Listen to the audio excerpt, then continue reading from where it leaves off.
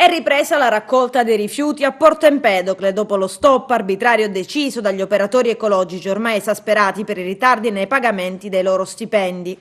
Ieri sera, nel corso di una vivace riunione tra rappresentanti delle imprese, i sindacati e il sindaco Ida Carmina, è stata raggiunta e sottoscritta un'intesa che prevede tra venerdì e lunedì prossimo che il comune di Porto Empedocle pagherà alle ditte 3 delle 10 fatture arretrate per servizi già svolti.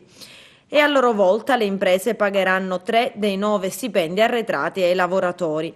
Questi ultimi hanno preso atto della cosa, ma comprensibilmente provati da 9 mesi di mancati pagamenti, stamattina avevano ancora deciso di non raccogliere i rifiuti. A seguito di una nuova interlocuzione tra il sindaco CISL attraverso Umberto Nero e l'amministratore delegato di Seda Giancarlo Longi, è stato disposto il pagamento per ogni netturbino entro la fine del turno di lavoro di oggi. Da qui la decisione di tornare al lavoro. E ad essere amareggiati non sono solo i netturbini. Ecco come si presentava oggi uno stabilimento balneare del Lido Azzurro. Immagini che parlano da sole, che inevitabilmente scatenano sconforto di chi ha deciso di investire sul territorio e sul turismo. La spazzatura la fa da padrona. È possibile questa situazione? Io invito gli organi competenti, come avete visto dalle immagini, anche il signor prefetto di Agrigento, a poter in merito dare rimedio a questa situazione. Capisco che i dipendenti del settore della nettezza urbana non hanno ricevuto gli stipendi, quindi fanno bene a scioperare, ma non è possibile per un imprenditore turistico come me sopportare questa situazione, anche perché noi privati nel nostro lungomare facciamo del nostro, abbiamo le nostre spiagge private pulite, mantenute con una certa regola, facendo quotidianamente anche la differenziata. È possibile questa situazione? Questo mi chiedo io.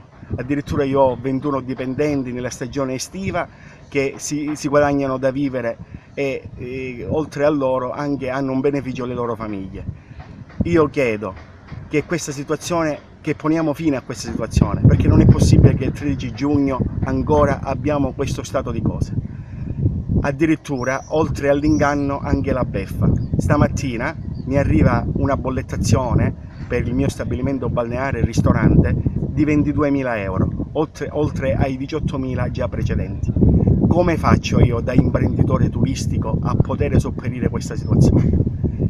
Come faccio io a poter mantenere i costi di gestione per l'azienda, i dipendenti e tutto quanto con una tassazione a questo livello? Io vorrei sapere questa delibera che è stata fatta a marzo del 2017 da parte del Consiglio Comunale, con quali criteri è stata adottata questa delibera, con quali criteri viene calcolato il metraggio per ogni attività commerciale per arrivare a questa cifra. Sempre ribadendo questa situazione che il turista si allontana vedendo questo stato di cose. Non è possibile, neanche nel Biafra abbiamo questa situazione. Non è possibile nel 2017 che presentiamo questa vetrina fatta di immondizia, di spazzatura e di malessere.